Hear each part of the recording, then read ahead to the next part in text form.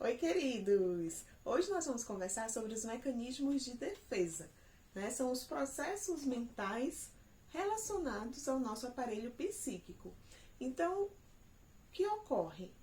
Todos os nossos processos mentais, tudo que ocorre na nossa mente está interligado, sempre, né? Então, não existe nada que seja solto, né? Tudo que você pensa aqui tem algo relacionado com alguma coisa que aconteceu com você. Ou no teu consciente, ou no teu inconsciente, né? Então é isso que nós vamos conversar aqui.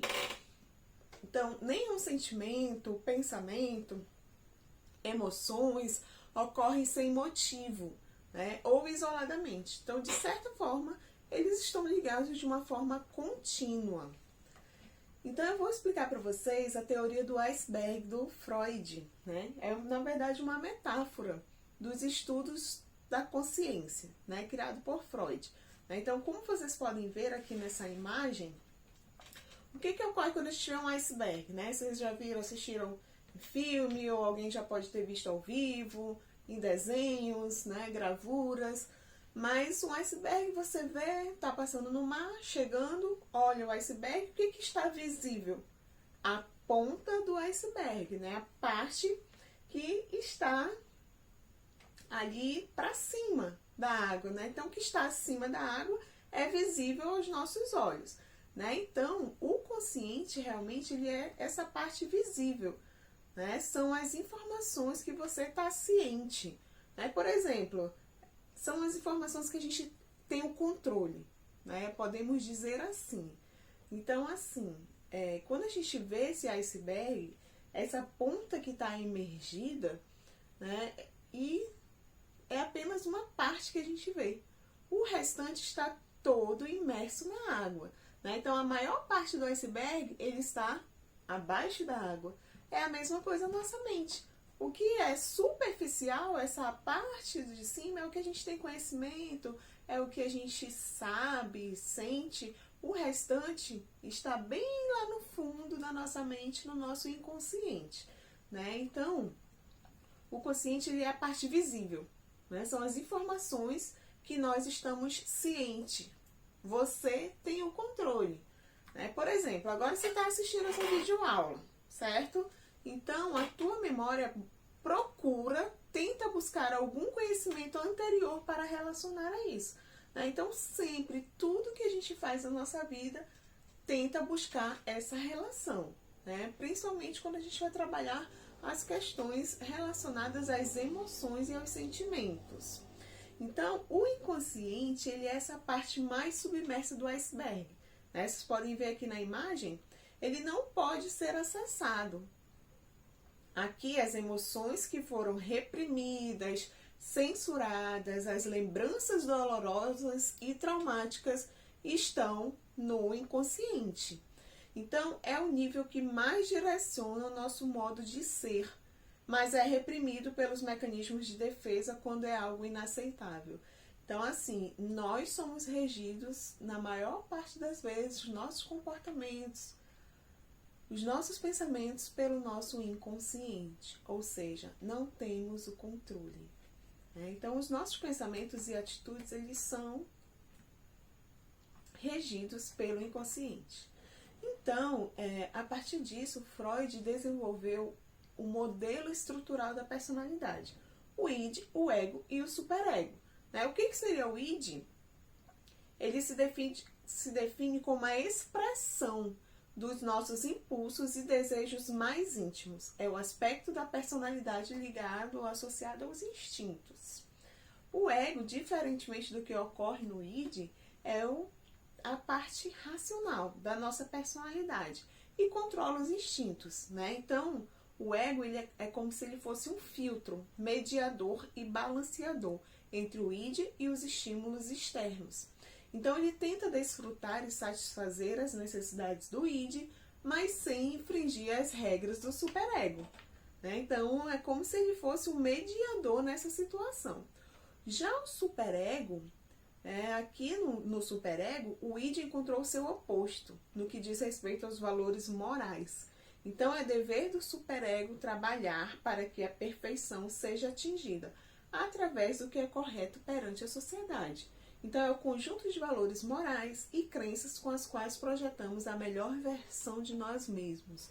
Então, gente, o superego, ele é aquele que tenta controlar, né? Tipo, ó, o id tem vontade de fazer tudo, né? Então, tipo, não importa o que fala a lei, eu quero fazer isso, né? E o superego, não é bem assim, né? Você precisa seguir o que a sociedade impõe. Quais são as regras que existem nessa sociedade que você está inserido e você precisa segui-las, né? Então, é como se fosse uma mediação aí do nosso aparelho psíquico, né? Um tenta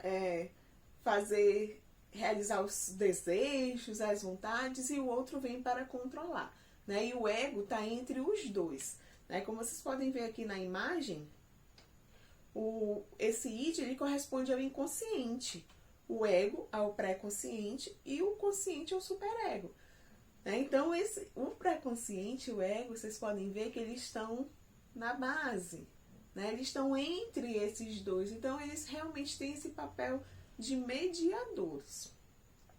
Então, os mecanismos de defesa, que é o tema da nossa aula de hoje, eles estão localizados no nosso inconsciente. Ou seja, não temos o controle, né? Então, os mecanismos de defesa não é, por exemplo, eu estou passando por determinada situação, eu vou acionar tal mecanismo de defesa. Não, gente, é inconsciente que ocorre isso, é a tua mente. Que, ó, vou ter que cortar essa parte, o barulho aí. Então, é a tua mente que fala, olha, essa situação é algo muito ruim, muito traumático, né? Então, precisamos tomar alguma atitude para que a perla não sofra tanto. Entenderam? Então, os diversos tipos de processos psíquicos que afastam do consciente os eventos geradores de angústia. Então, tudo que possa gerar angústia para mim, frustração, medo, o mecanismo de defesa é acionado, né? Então, a principal função do mecanismo de defesa é a proteção, né? A proteção egóica também chamada. Então, todos nós fazemos uso dos mecanismos do nosso dia a dia, de forma inconsciente, né, gente? Então, conforme eu for explicando para vocês, talvez vocês se identifiquem ou consigam identificar alguém, meu pai faz isso, ou minha mãe, ou minha namorada, né? Então, você vai passar a identificar certos comportamentos e relacioná-los ao mecanismo de defesa, né? Então, é frequente ele nas nossas relações, nos filmes, nas séries, novelas, desenhos. A partir da explicação, nós vamos discutir sobre os principais mecanismos, né? Então, a partir dessa explicação, vocês vão ser capazes de identificar o uso, pelo menos ter uma ideia ou noção do que seja, correto? Então, a ação do mecanismo, na verdade, é como se fosse uma deformação da realidade, né? Então, ele tenta, camuflar o que você está passando, para que você não sofra, né? Então, a nossa mente, ela trata de nos defender dos perigos reais ou muitas vezes imaginários, né? Então, muitas vezes nem é um perigo real ali, de fato, mas é algo imaginário. Mas só o fato de você pensar naquilo causa dor ou causa alguma angústia. Então, Freud afirma que os mecanismos defensivos, eles falsificam a percepção interna do sujeito, né? Então, fornece somente uma representação imperfeita e deformada da realidade, com o objetivo de evitar o perigo, a ansiedade e o desprazer, né? Então, você pode ver que tem uma luta constante na nossa mente, no nosso aparelho psíquico, né? Então, são formas de proteção que a tua mente busca para que você não sofra. Então, a resistência é o que impede ou dificulta a recordação de um trauma, o qual se tornou inconsciente devido à repressão, né? Isso aqui é um exemplo que a gente tem em relação a isso, né? Alguma recordação que pudesse trazer algum tipo de trauma, e o mecanismo de defesa da repressão trata de agir. Então, recapitulando, né, para a gente fechar essa primeira parte. Os mecanismos de defesa são processos psíquicos inconscientes, utilizados pelo ego para afastar da nossa consciência qualquer evento que seja gerador de angústia, de medo, que cause perigo ou mal-estar. Então, é a busca de uma harmonia psicológica, né? Então, essa ação do mecanismo de defesa é uma forma de proteger o teu aparelho psíquico. Então, nós vamos ver agora os principais mecanismos de defesa. Então, o primeiro mecanismo que nós vamos estudar é o mecanismo da repressão.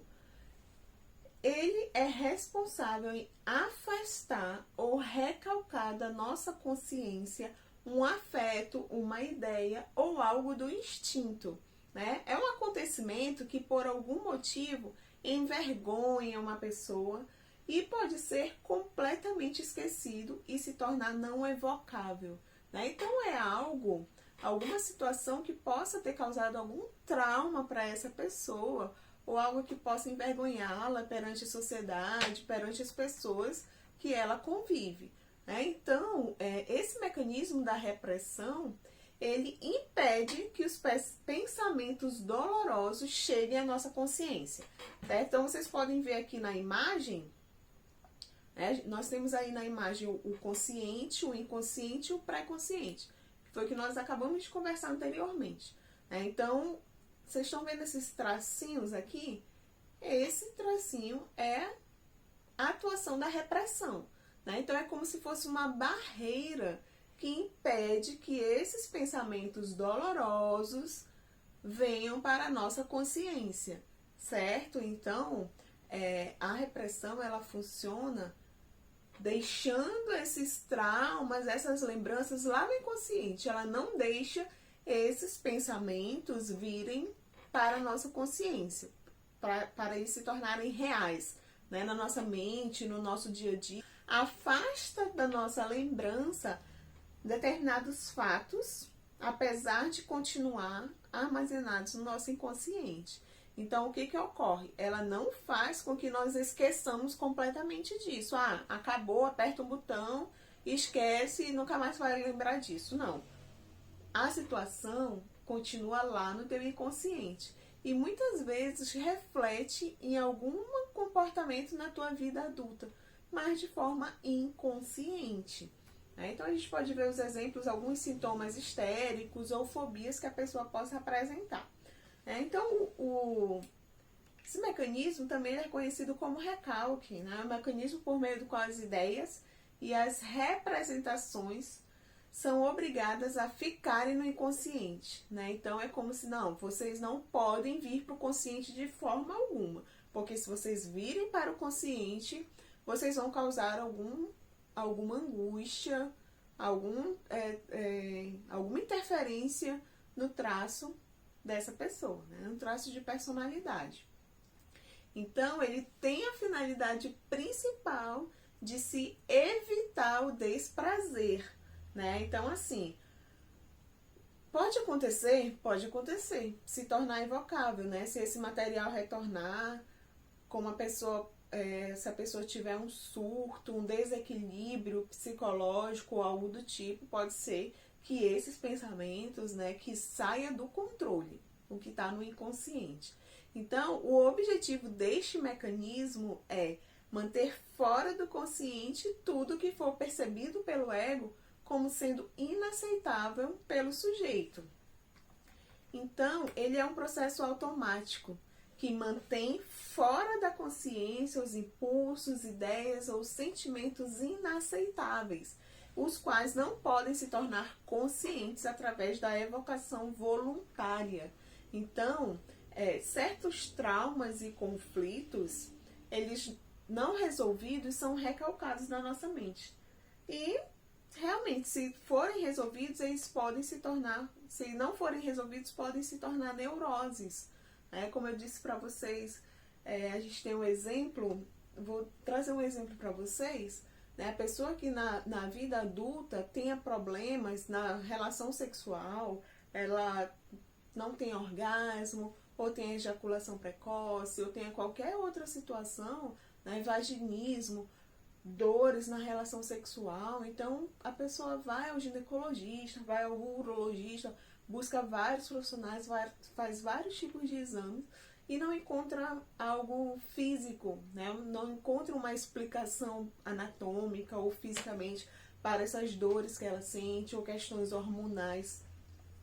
E na maioria das vezes está relacionado ao inconsciente, né? A mente da pessoa. Então, de repente, pode ser que essa pessoa tenha sofrido abuso sexual na infância, mas o mecanismo de repressão tratou de esconder essa memória, né? Não, essa pessoa iria sofrer muito com isso, então é melhor deixar lá no inconsciente isso.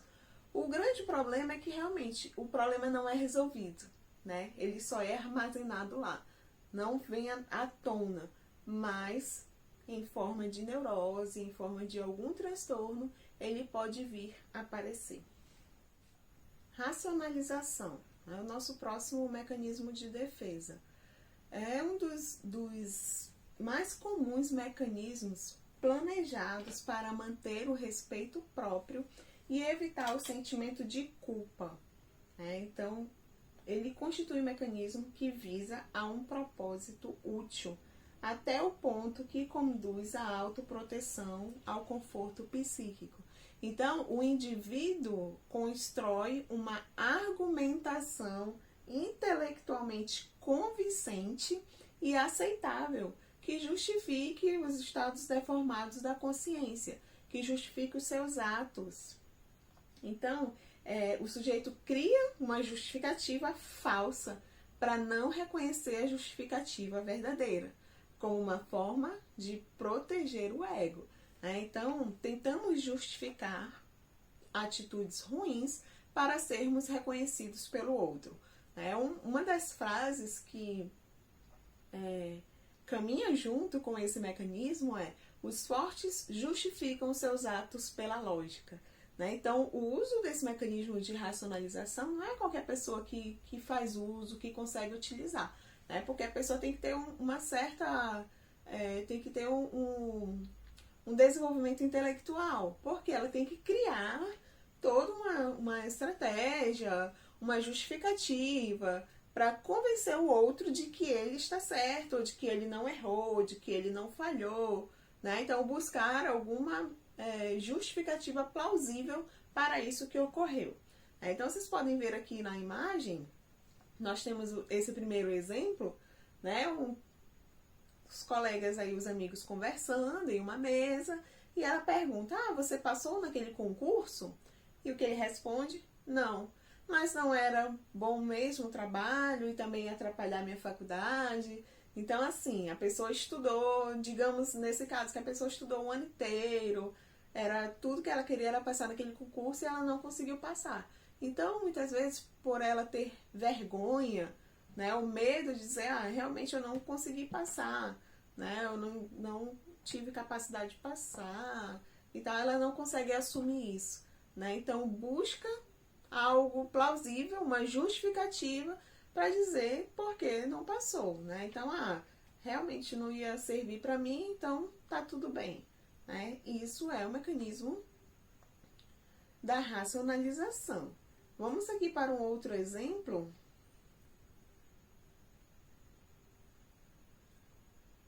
Esse aqui da imagem. Deveria agora estar a fazer o meu trabalho de casa, mas no meu ponto de vista, brincar na neve é muito mais importante.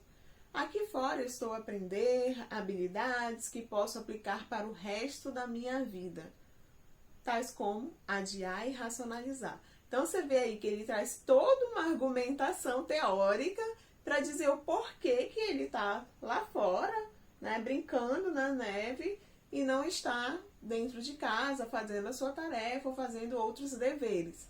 Então, isso é um exemplo de racionalização. Vamos ver agora a regressão, o mecanismo de defesa da regressão. consiste em infantilizar para não sofrer com situações ameaçadoras, né? É um retorno ao nível de desenvolvimento anterior ou a um modo de expressão mais simples ou mais infantil. É um modo de aliviar a ansiedade escapando do pensamento realístico para comportamentos que anos anteriores reduziram a ansiedade. Então, a pessoa ela se infantiliza, né? Traz alguns comportamentos que na infância, quando ela tinha determinados comportamentos, ela conseguia resolver a situação que ela estava passando, né? Então, é o retorno a atitudes passadas que provocaram ser alguma situação, né? E que essa pessoa verificou que funcionou, né? Quando eu era criança, determinado comportamento funcionava. Então, ela passa a repetir isso nesse momento, apesar de já estar numa idade adulta ou já estar numa idade mais avançada. Ela regride, né? Então, como se fosse uma forma realmente de fugir desse presente que é tão angustiante para ela, né? Então, esse momento é tão angustiante vivenciar isso que é muito mais fácil ela retornar ao nível anterior. Então, assim, devaneios, memórias que se tornam recorrentes, repetitivas, são alguns exemplos disso, né? Então, por exemplo, uma abordagem infantil e imatura do mundo que pode ter permanecido latente por muitos anos e pode ser despertada por uma experiência ou situação frustrante numa fase posterior. Adulto dando birra, fazendo pirraça, né? Você vê pessoas adultas que não conseguiram, eu perdi a chave do meu carro e faz escândalo e chora, ou algo do tipo. Tem comportamentos infantis mesmo. A gente tem aqui a nossa imagem que é comum, por exemplo, crianças que, são filhos únicos e de repente nasce um irmão, né? Nasce um irmão mais novo. Então, a criança já tem 10 anos, ou já se desenvolveu, já vai para a escola, já está em um nível de evolução, né? Já controla os esfíncteres, já vai ao banheiro sozinha, não usa chupeta, já está uma criança que faz suas atividades diárias de forma independente. No entanto, nasce um irmão. O que acontece? Todas as atenções são voltadas para o bebê, para o novo membro da família que chegou. Até porque um bebê precisa de muita atenção e cuidado, né? Então, inevitavelmente, essa criança vai perceber que toda a atenção está sendo dada para esse bebê.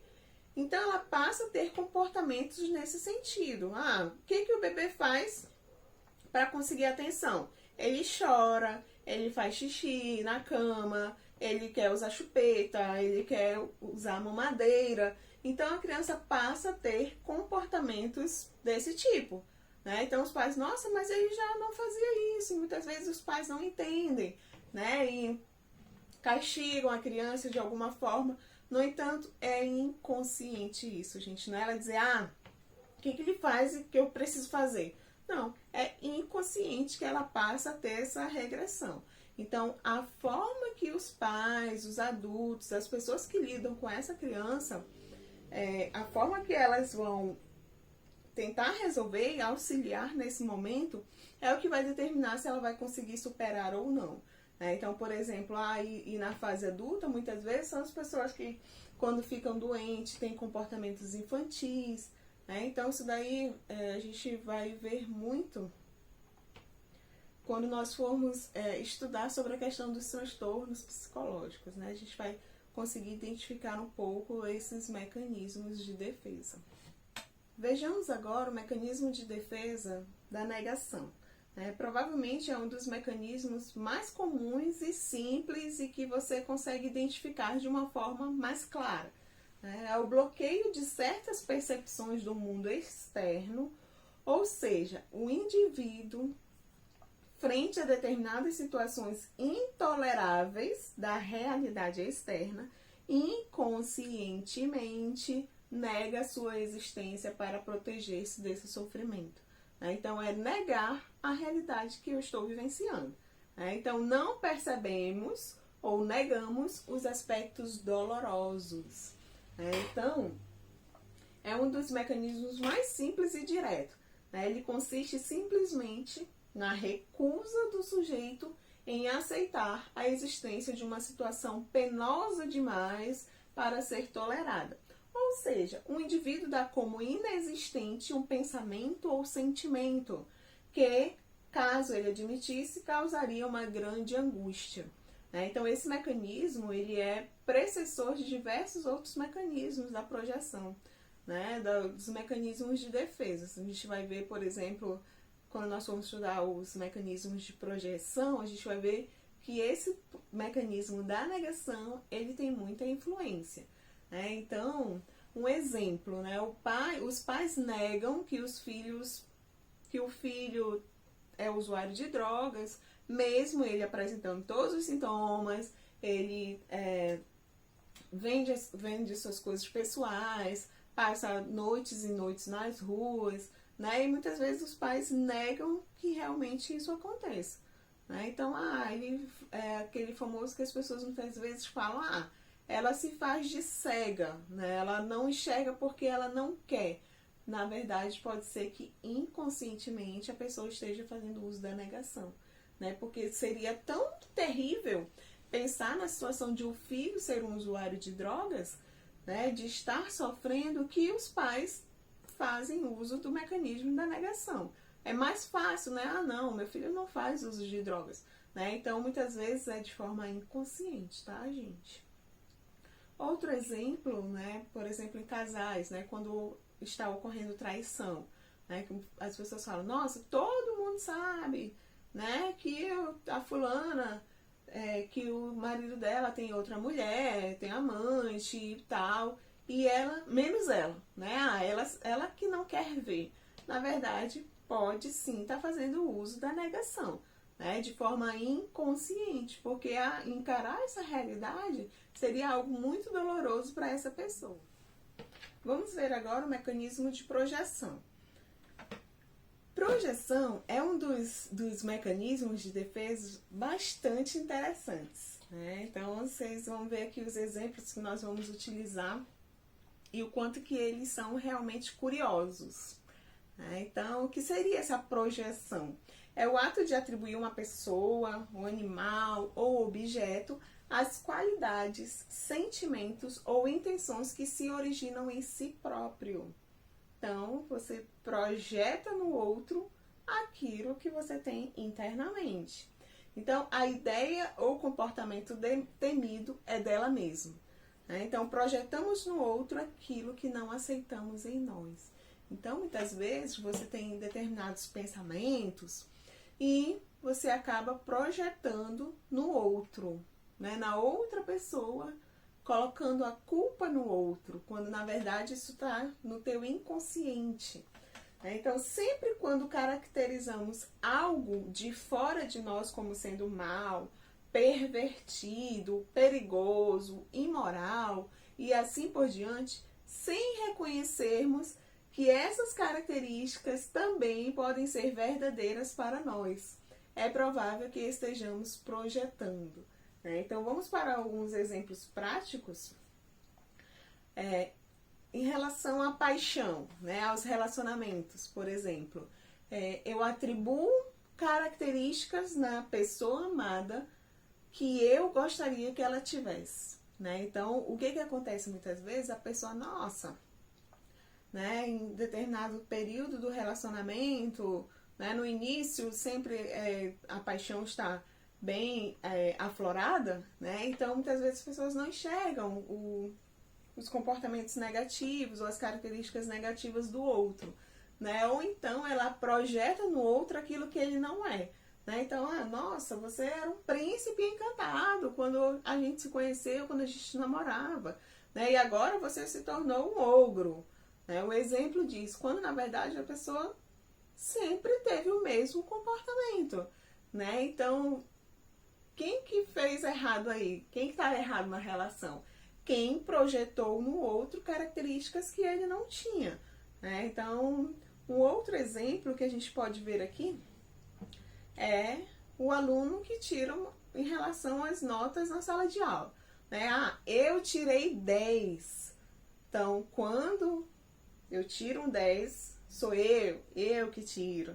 Né? No entanto, quando tenho 0 na jogada, foi o professor que me deu 0. Então, o que aconteceu ali? Uma projeção.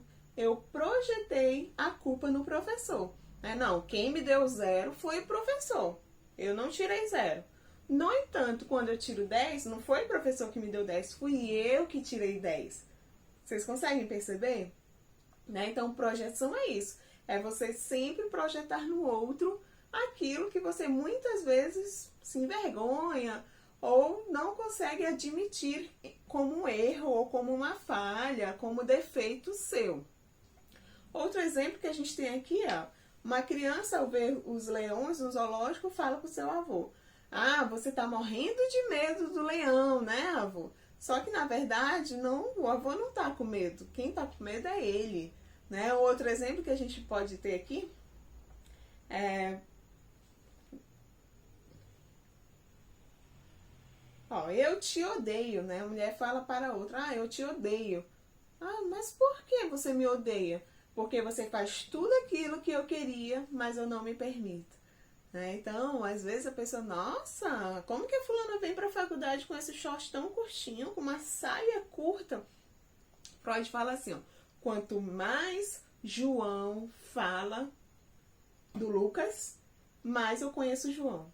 Né? Então, quanto mais eu falo do outro, mais eu estou falando de mim.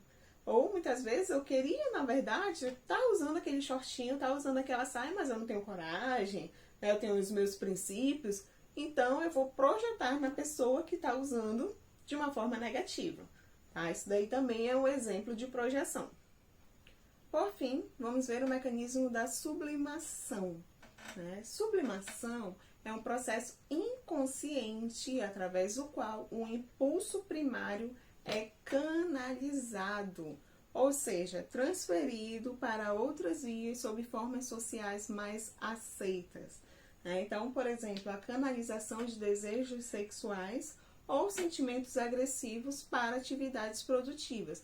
Né? Então, imaginem a sublimação como se, quando a gente fala muito na questão da canalização, né? É preciso sublimar. Então, eu canalizo as minhas energias para determinada atividade, tentando controlar outros impulsos que muitas vezes são incontroláveis. Né? Então, é um mecanismo do qual a pessoa desagressiva a energia agressiva ou dessexualiza a libido, né? Transformando em algo socialmente aceito. Então, por exemplo, a gente tem a questão das lutas, as artes marciais, qualquer luta, esporte, natação, que a pessoa consiga, né, expressar ou canalizar, concentrar todas as suas energias nessa atividade. Né? Outro exemplo, a pintura, o trabalho, né? Todas essas atividades, elas contribuem para essa canalização da energia. Né? Então, sublimação é isso. Então, concluindo essa parte da nossa aula a respeito dos mecanismos de defesa, todas as pessoas apresentam diferentes mecanismos de defesa, né? Mas só são vistos como anormais quando se manifestam de forma excessiva. Né? Então, como eu falei no início da aula, é comum nós fazermos uso do mecanismo de defesa. O que não é comum é o exagero, é algo que saia do equilíbrio, porque aí já se torna uma neurose. Então, os indivíduos, eles não podem escolher e nem empregar os mecanismos de defesa de forma consciente. Como eu disse para vocês, eles estão de forma inconsciente. Então, o mecanismo que vai atuar em um dado momento depende da natureza da situação específica e das características da pessoa. Então, as pessoas apresentam mecanismos de defesa diferentes em situações semelhantes. Ah, não é porque eu fiz uso desse mecanismo nesse momento que eu vou fazer sempre o uso desse mecanismo. Não, depende muito, principalmente depende do teu aparelho psíquico, né, da tua mente.